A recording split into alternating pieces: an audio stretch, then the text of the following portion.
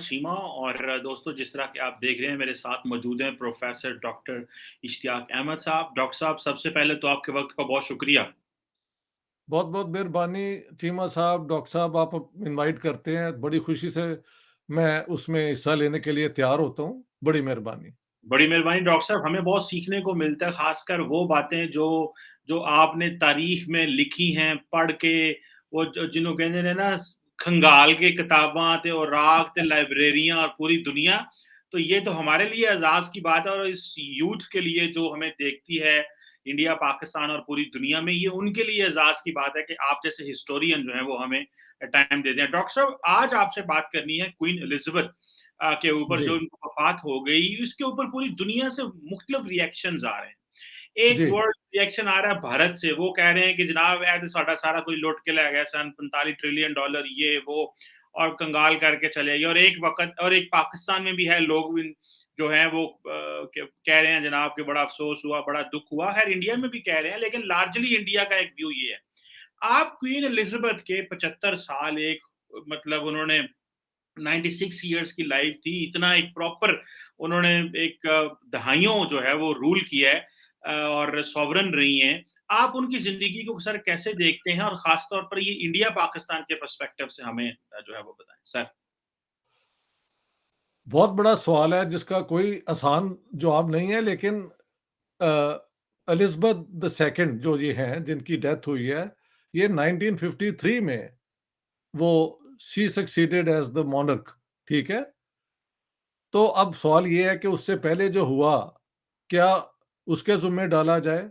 Monarchy के नाम पे तो आ सकता है, लेकिन एक इंडिविजुअल जो उस ज़माने का मोनार्क है, वो कितना रिस्पॉन्सिबल है, उस पे भी डिस्कशन हो सकती है। एक है पीरियड 53 के बाद जो भी ब्रिटिश गवर्नमेंट ने किया दुनिया के अंदर, ज़ाहिर है when she was the sovereign जैसे आपने भी बताया है, यानी कॉन्स्टिट्यूशनली सॉवरेन वही है।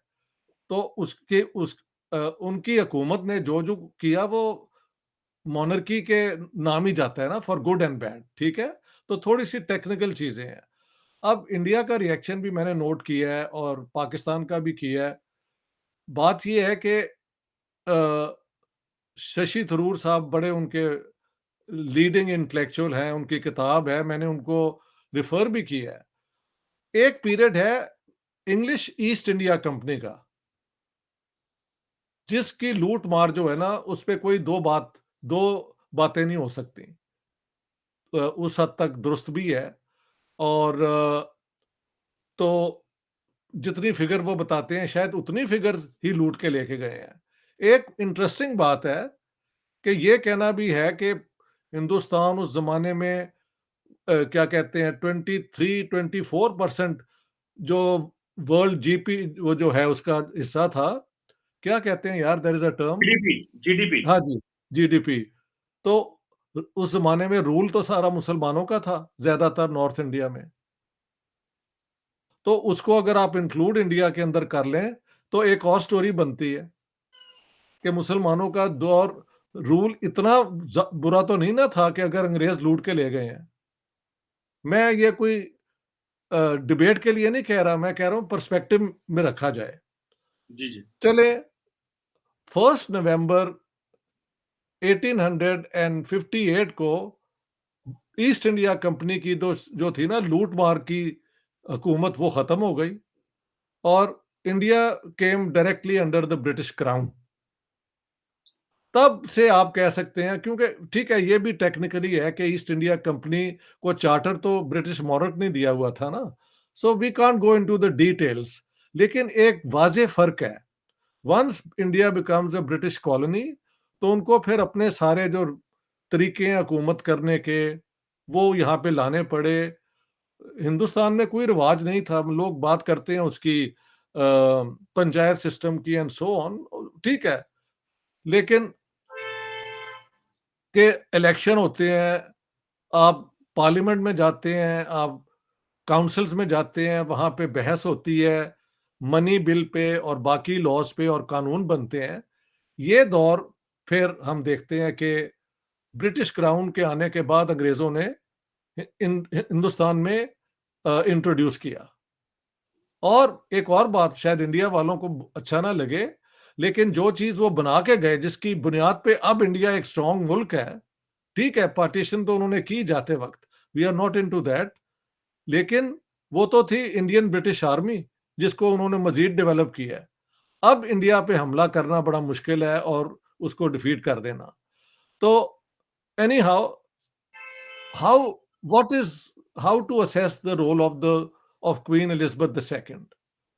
उसके ऊपर कई फ़िल्में भी बनी हैं, मैंने आज आपसे बात करने से पहले कुछ आर्टिकल भी देखे हैं। एक इराकी लड़की ने कहा है कि ये काहे का इतना अफ़सोस हो रहा है, ये वो। आफ्टर ऑल टोनी ब्लेयर ने क्वीन के मोनार्क होते हुए ही इराक के अंदर जो तबाही की और इतने बच्चे मार दिए और ये वो, तो हम इस दुःख के अंदर तो हिस्सा नहीं ले सकते। इस तरह एक मैंने वो आर्टिकल देखा, आई थिंक वॉशिंगटन पोस्ट के अंदर या कहाँ, जहाँ पे एक नाइजीरियन ने बताया कि कैसे वहाँ पे जो थे अंग्रेज, उन्होंने जुल्म किया। मगर 53 के बाद एक पीरियड है 63 में, जब कीनिया के अंदर माओ माओ मूवमेंट को अंग्रेजों ने बड़ी बेदर्दी से सप्रेस किया था। तो वो by that time she was a monarch for 10 years. तो ये सारा कुछ हुआ है ना। लेकिन ये है उसका नेगेटिव, क्योंकि शी इज, आप कह सकते हो उसके पास पावर्स नहीं है, बट उसके पास एक सिंबॉलिक तो है ना, कि सारा कुछ जो होता है मोनर्क के नाम पे होता है।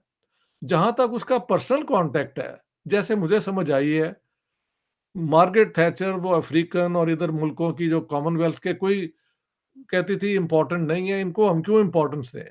बट क्वीन एलिजाबेथ ने कहा कि नहीं, ये हमारा सिंबल जो है ये कंटिन्यू होना चाहिए, इसमें स्कॉलरशिप्स, एड, इस किस्म की चीजें भी आनी चाहिए। तो क्वीन शायद जहां पे इन्फ्लुएंस कर सकती थी, तो उसकी कई बातें पॉजिटिव भी हैं। So that's queen Elizabeth II, क्योंकि वो एक्चुअल होल्डर ऑफ पावर नहीं है, पावर कोई और एक्सरसाइज करते हैं, शी इज जस्ट इन्फॉर्म्ड। वो एडवाइस दे सकती है अगर उससे पूछा जाए, but she cannot influence the final decision, वो प्राइम मिनिस्टर की होती है और कैबिनेट की।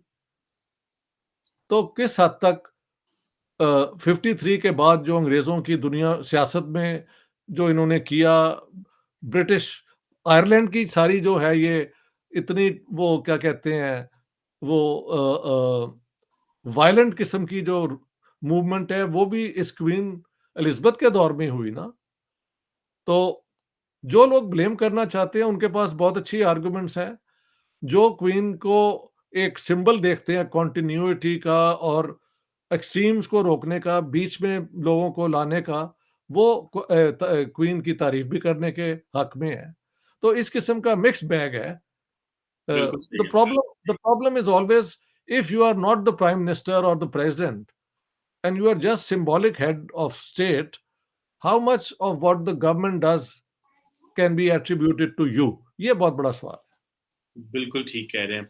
अच्छा डॉक्टर साहब इसमें ये बताइएगा कि जब गोरा बादशाह चला गया, एक तो वो ज़ाहिर बात है कि वो कहा जाता है जी और ये जो सफ़ेद चमड़ी है इसको बहुत हम लोग जो है ना हाई रेट करते हैं। अगर वही बात एक आम आदमी करे, ब्राउन बंदा करे तो हम, या काला करे तो हम कहते हैं लो जी है, तो वो एक एक चीज़ है। दूसरा डॉक्टर साहब हमें ये भी बताइएगा कि बहुत सारे लोग कहते हैं इस चीज़ का इम्पैक्ट रह गया हमारी सोसाइटी में because of the colonialism, because of this imperial जो पावर के तौर पे ग्रेट ब्रिटेन का होना। दूसरा काइंडली वो हमें ये भी जी, जी, चलिए इसको बताएँ फिर मैं नहीं, फ्यूडलिज़्म मैं समझता हूँ ये बात तो दुरुस्त है, कि जो यूरोपियन पावर्स आई, उन्होंने यही शो किया कि हमारी सिविलाइजेशन तुमसे सुपीरियर है, इसलिए हम यहाँ पे आए हुए हैं तुमको डेवलप करने के लिए, सिविलाइज करने के लिए। ये बात तो दुरुस्त है। तो और वो उसका असर आज तक है। हम देखते हैं कि अंग्रेजी बोलते-बोलते अंग्रेज के सामने लोगों की जुबान जो है ना वो थड़क जाती है, ये फैक्ट है। ये एक साइकोलॉजिकल, आप कॉलोनी रहे हो और तो उसका असर तो होता है। तो that psychological factor can be granted. Problem ये है कि अंग्रेज़ों का इन्फ्लुएंस जाने के बाद भी हमारे इलाके में बहुत रहा है, ख़ास तौर पे पाकिस्तान में। इंडिया में उन्होंने फिर भी जल्दी-जल्दी अंग्रेज़ों का जो था ना इन्फ्लुएंस कम कर दिया था, क्योंकि कांग्रेस का फलसफा ये था कि we want the British rule to end, but we want to retain British democracy, जो उन्होंने की भी। After all, parliament, election, secular constitution का आइडिया जो है, उसको कहाँ से ये लेके आए? कोई पुरानी स्क्रिप्चर्स में तो नहीं ना है। तो ये तो अंग्रेज की देन है। रेलवेज, टेलीग्राफ, सारी दुनिया को इकट्ठा करना, ठीक है, लूटते भी वो साथ साथ रहे हैं, क्योंकि after all they were a colonial power, there is no doubt. लेकिन एक बात मैं बता दूं, आखिर तक बहुत लोग हिंदुस्तान में थे जो अंग्रेज के जाने के लिए इतने ज्यादा वो इन्वॉल्व नहीं थे। बल्कि जाते वक्त हमारे पंजाब के कई लोगों ने, जो जिम्मेदार थे और पुराने ब्रिटिश आर्मी में सर्व करते थे, वो कह रहे थे आप लोग मत जाएं, अभी आपकी जरूरत है। और यही आप प्रिंसली स्टेट्स में भी कह सकते हैं। सो और जो इस किस्म के कई लोग थे जो अंग्रेजों की प्रेजेंस को अपने लिए गारंटी भी समझते थे कि हमारे साथ ज्यादती नहीं होगी। हिंदुओं का कास्ट सिस्टम, डॉक्टर अंबेडकर तो यही कहते रहे हैं, गलत और सही एक और बात है। आखिर तक उन्होंने अंग्रेज का साथ इसलिए दिया कि अगर अंग्रेज चले जाएंगे तो अपर कास्ट हिंदू हम पे जुल्म करेंगे। Whether that turned out to be true और not is not the issue. लेकिन मैं कह रहा हूं कि कुछ लोग ऐसे थे जो अंग्रेज की हुकूमत के कॉन्टिन्यूटी में भी यकीन रखते थे। तो तो लिहाजा दिस इज द रोल। और हमारे पंजाब को, इस इलाके को अंग्रेजों ने तो बहुत नवाजा है ना, बहुत डेवलप किया है। यस। ये यहाँ पे देखे ना, ये जो है वेस्टर्न आपके डिस्ट्रिक्ट्स हैं, वो तो सारे रेगिस्तान होते थे, सेमी डेजर्ट। वहां पे जरखेज कैनाल कॉलोनीज, दुनिया की सबसे बड़ा नेटवर्क ही उन्होंने पैदा किया था। सुने सुने अभी तक है, कोई कहते हैं नहीं जी एक और भी इससे बेहतर बड़ा बन गया, लेकिन ये हम्म। सारी चीजें अंग्रेजी लेके आए ना। हम्म। उन्होंने कॉलेज खोले, यूनिवर्सिटियां खोली, जिससे ये सारे पढ़ के इन्होंने फिर अंग्रेजों के कहा कि हमें वो हक दिया जाए सेल्फ गवर्नमेंट का। इससे पहले तो छितर था ना, जिसके पास छितर है उसकी हुकूमत है, सिंपल एज दैट। आप बताएं मुझे, निगोशिएट करके तो कभी नहीं ना यहाँ पे सियासत बदली। ਜਿਹਦੇ ਜਿਹਦੇ ਘਰ ਛਿੱਤਰ, ਜਿਹਦੇ ਹੱਥ 'ਚ ਛਿੱਤਰ ਹੈ, ਉਹਦੀ ਉਹਦੀ भैंस भी ਤੇ ਉਹਦਾ ਸਾਰਾ कुछ, ये फैक्ट है। तो जो चीज वो छोड़ के गए हैं, वो अपनी जगह पे एक काबिल तारीफ चीज है। बिल्कुल ठीक है। तो डॉक्टर साहब ये बताएँ कि ये कहा जाता है कि भारत के अंदर जब गोरा बादशाह चला गया तो एक फ्यूडल स्ट्रक्चर जो था वो टूट गया, खत्म हो गया। जी, पाकिस्तान में वो फ्यूडल स्ट्रक्चर रहा, जिसकी वजह जी, से भारत में हर बंदा जो है वो आम आदमी हो गया, हमारे यहाँ ख़ास और आम का एक फ़र्क रह गया। तो बहुत सारे जी, लोगों का कहना ये है कि इसकी वजह से भारत ज़्यादा तरक्की कर गया और हम जो है वो पीछे रह गए, क्योंकि हमारा वो feudal mindset, feudal structure, class hierarchy, वो सारी चीजें मेंटेन रहने की वजह से वो सोसाइटी के अंदर वो ग्रो नहीं कर सकी। और बड़े लोगों ने, जैसे बलोचिस्तान में हम बात करते हैं कि यार ये जो नवाब सादे थे और इन जो बड़े ट्राइबल बड़े लीडर्स, हाँ, ट्राइबल लीडर्स जो थे, ये इन्होंने आम आवाम तक पावर्स जाने नहीं दी, तरक्की नहीं जाने दी, नस्लें पीछे रह गई। और लेकिन इंडिया ठीक में है। इस चीज में ये है। तो आप ये इंडिया और पाकिस्तान का ये जो इंग्लैंड ग्रेट ब्रिटेन का ये जो फ्यूडलिज्म छोड़ जाना और पाकिस्तान का अडॉप्ट किए रखना और इंडिया का छोड़ देना, इसको आप समझते हैं कि ये एक फैक्टर है कि वो ज्यादा तरक्की करके और हम नहीं कर सकते? मेरे ख्याल से बहुत बड़ा फैक्टर है, बहुत बड़ा फैक्टर है। क्योंकि वहां पे तो जो फ्यूडल दो किस्म के थे, एक तो थे ना लैंड ओनर्स, हम्म। एक प्रिंसली स्टेट्स के रूलर्स थे। उनकी तो पूरी जो चाहते थे उनके उस प्रिंसली स्टेट्स में होता था, जब तक वो अंग्रेज की पावर को डिस्टर्ब ना करें। तो उन सारों को ख़त्म करके बिग लैंडलॉर्डिज्म को अबॉलिश करना, ज़िम्मेदारी सिस्टम को ख़त्म करना और अवाम तक पावर ले आना, ये बहुत बड़ी अचीवमेंट है इंडिया की। पाकिस्तान के बनाने में जो मैंने जिन्ना वाली किताब में दिखाया है, वन रीज़न 1937 ऑनवर्ड्स, ये बिग लैंडलॉर्ड्स, ट्राइबल लीडर्स, ये सारे जो मुस्लिम लीग के अंदर आ गए, हमारे Muslim majority provinces West Pakistan के, उसकी वजह तो ये थी कि जिन्ना साहब ने कहा कि देख लो, अगर कांग्रेस की हुकूमत आती है तो तुम्हारा ये जो सारा है ना सिलसिला खत्म। हम्म। और वो आज तक आप देख लें, आपकी पार्लियामेंट में ये वो अपने परसेंटेज से बहुत ज्यादा इन्फ्लुएंस है इनका, रिप्रेजेंटेशन भी बहुत ज्यादा है। इंडिया में ये चीज़ें बहुत माइनर हो चुकी हैं। तो बहुत बड़ा फ़र्क है इंडिया की अचीवमेंट्स में और हमारी में। बिल्कुल ठीक है। ये इसको फ़र्क तो ज़ाहिर बात है। काफ़ी ज़्यादा है। कई लोग तो आज डॉक्टर साहब ये कह रहे थे कि हुकूमत पाकिस्तान ने अनाउंस किया है कि वो आई थिंक 12 तारीख को शोक का दिन मनाएगा। तो कई लोग कह अच्छा। रहे हैं ये क्या हम जो है वो कॉलोनियल सोच है और तुम लोगों ने ये जो चीज़ें कर रहे हो ये नहीं करनी चाहिए। मैं लेकिन सुना भारत में भी ये मनाया जा रहा है। तो क्या ये शोक मनाना एक इसको आप कैसे देखते हैं? नेशनल लेवल पे the flag is at the half mast और ये जो चीज़ सारा। हुकूमतों का फ़ैसला है, मैं क्या कह सकता हूँ? वो यही सिम्बॉलिकली ये बताना चाहते हैं कि अंग्रेज़ जब गया तो कम से कम पावर ऑफ जो ट्रांसफ़र ऑफ पावर है, वो पीसफुली करके गया ना। बाकी जहाँ पे कॉलोनीज़ थी, वहाँ पे बड़ी घिनौनी किस्म की सिविल वॉर्स हुई और कई सालों तक जैसे फ्रेंच ने अपना क्या कहते हैं वो क्या है यार? नॉर्थ अफ्रीका में बहुत ज़ुल्म किया है जाते-जाते। हुँ, अंग्रेज़ों ने हमारे कम से कम सब कॉन्टिनेंट में जब तक ये मूवमेंट पीसफुल रही है, तब तक उन्होंने लीगल हथियार ज़्यादा इस्तेमाल किए हैं। उनमें लीगल हथियार ऐसे भी थे कि लोगों को अंदर दे देना, सारा कुछ है। हुँ, लेकिन मैस किलिंग तो नहीं ना हुई, एक दफ़ा हुई है जलियांवाला बाग में हुँ, और इसके बाद एक दफ़ा कुछ और लोग कहते हैं 1930 में हुई है पेशावर के अंदर, जब एक जुलूस जा रहा था खुदाई खिदमतगार का, तो वहाँ पे भी इन्होंने गोली चलाई और बहुत लोग मारे गए हैं। मगर ऑन द होल उन्होंने ट्रांसफर ऑफ पावर जब की है, सारा अपना इंटरेस्ट देख के जो भी है, पीसफुली की, लेकिन एक्चुअल ट्रांसफर ऑफ पावर के अंदर जो कत्लेआम हुआ है, उसमें तो हम लोग इन्वॉल्व्ड हैं। हिंदू, मुस्लिम और सिख एक-दूसरे को जो मारना शुरू कर दिया। तो अंग्रेज़ों को इस हद तक आप ब्लेम कर सकते हैं कि जाते-जाते उन्होंने बहुत हरिडली डेट तो थी ना जून 48 उन्होंने मिड अगस्त 47 किया लेकिन उधर आर्गुमेंट ये है कि अगर हम डिले कर देते तो इंडिया में पूरे इलाके में सिविल वॉर हो जाती। सो वी डिसाइडेड कि जल्दी से किया जाए और ये लोग खुद मैनेज करें। उस मैनेजमेंट में फिर 1 मिलियन लोग मारे गए, 15 मिलियन लोग घर से बेघर हुए। वो कितना अंग्रेज़ों पे हमें हम डाल सकते हैं और कितना हमारी अपनी सियासत जो है, ख़ास तौर पे मुस्लिम लीग की टू नेशन थियरी और फिर जो नफ़रतें पैदा हुईं, उसके बाद कांग्रेस का तो कोई ऐसा प्रोग्राम नहीं था।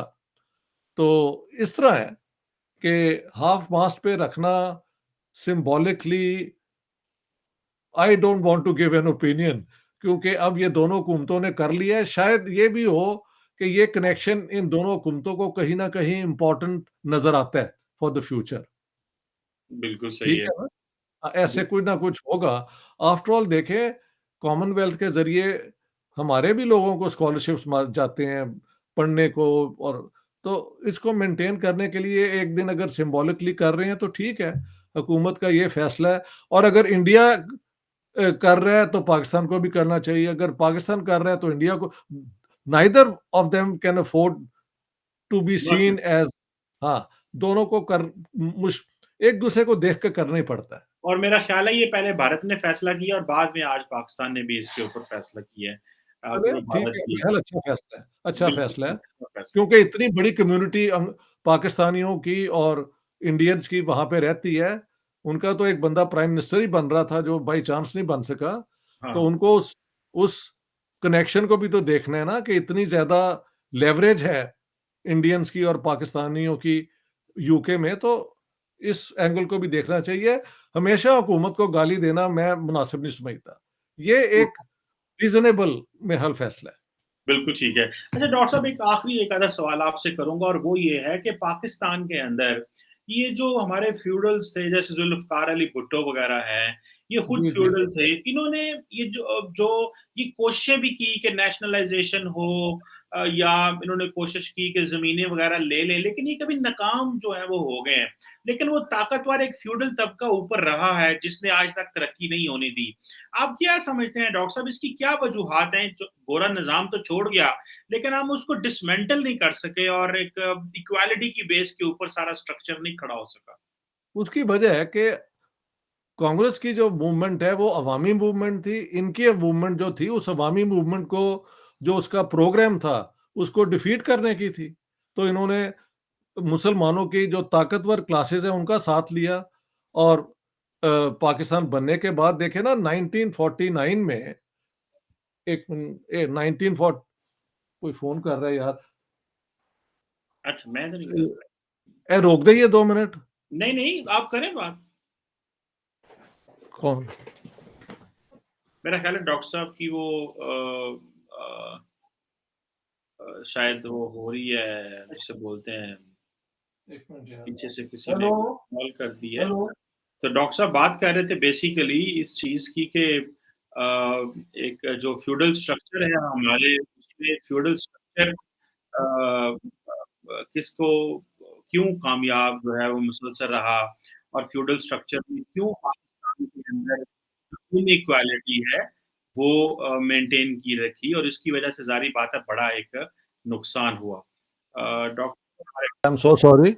हाँ जी। तो जी, डॉक्टर साहब जी। अ, क्या बात हो रही थी यार, जरा बताएं, उसी सर जगह से वही शुरू फ्यूडल करते हैं। स्ट्रक्चर जो निज़ाम हाँ, जो है वो जी। वो जो छोड़ गए निज़ाम, उसको बचाने के लिए पाकिस्तान बनाया गया। और आपने जुल्फ़िकार अली भुट्टो की वो लैंड रिफ़ॉर्म की बात की है। उन्होंने इंडस्ट्रियल रिफ़ॉर्म ज़्यादा सीरियसली किए थे। लेकिन जब फ्यूडल आया निज़ाम, तो वहाँ पे उन्होंने 150 एकड़ रखी। उस ज़माने में इंडिया में 17 एकड़ थी, 17। So just look at the comparison. हुँ, अयूब खान के ज़माने में 500 एकड़ थी हुँ, and if it was unirrigated तो 1000 एकड़ थी। हुँ। इन्होंने 150 एकड़ for irrigated I'm Kamachi and 3 Today we'll talk हाँ about जी, Pakistan you. यस सर, वो हाँ, पीछे जी। कोई नहीं। वो मैं बता रहा था कि ज़ुल्फ़िकार अली अयूब खान ने जो लैंड रिफ़ॉर्म किया था, पुराने निज़ाम को थोड़ा-सा उसने मॉडर्नाइज़ करने की कोशिश की। तो उसने 500 acres for irrigated and 1000 acres अगर वो अनइरिगेटेड हो, यानी बारिश पे डिपेंडेंट हो, ठीक है?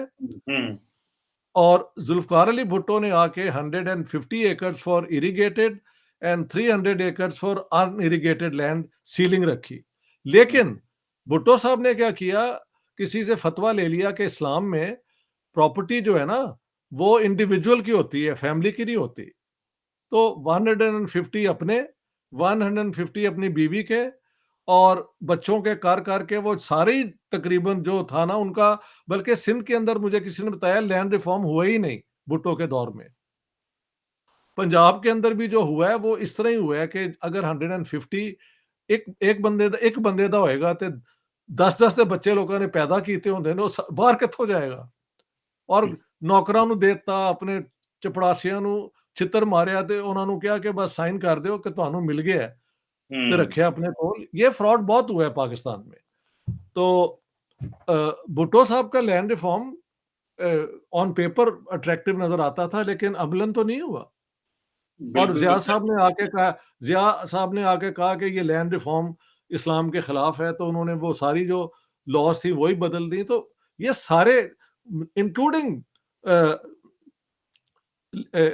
कायदे आज़म लियाकत कायदे आज़म मोहम्मद अली जिन्ना का मैंने कोट किया है 1937 में सेंट्रल लेजिस्लेटिव असेंबली में जब शरिया बिल आया है, तो वहाँ हुँ, पे इन्होंने कहा कि शरिया ठीक है, उसके मुताबिक प्रॉपर्टी दी जाए, लेकिन since agriculture is on the provincial list, तो हम जो सेंट्रल असेंबली में हम तो उस पे लॉ ही नहीं बना सकते। तो इन्होंने हुँ, बचा ली पूरी फ्यूडल। तो ये सारी ट्रेडिशन फ्यूडल्स को, बिग अमीर और आदमियों को बचाने के लिए इन्होंने की, वो आज तक पाकिस्तान में चल रही है। देखिए ना, इमरान खान ने भी आके कोई लैंड रिफॉर्म तो नहीं अनाउंस की है कोई? नहीं, बल्कि नवाज शरीफ ने तो, जो कि लैंडलॉर्ड लूंडलॉर्ड नहीं थे, उनका घर तो जाके देखो कितने एकड़्स पे है। यस, तो ये तो वो लोग हैं जो लैंड की ओनरशिप को अपनी एक प्रेस्टीज का हिस्सा समझते हैं। तो बिल्कुल ऐसे, इन्होंने रिफॉर्म कहाँ से करने हैं? बिल्कुल ऐसे, सही कह रहे हैं। Thank you very much doctor साहब सर फॉर योर टाइम, और ये हमें एक हिस्टोरिकल अंडरस्टैंडिंग देने का अबाउट द क्वीन और इंडिया पाकिस्तान इसको कैसे देख रहे हैं, और ये कैसी डेवलपमेंट्स होती रही। बहुत शुक्रिया सर डॉक्टर साहब, थैंक यू वेरी मच। बड़ी मेहरबानी। Take care, all the best. Thank you. ठीक हो गया?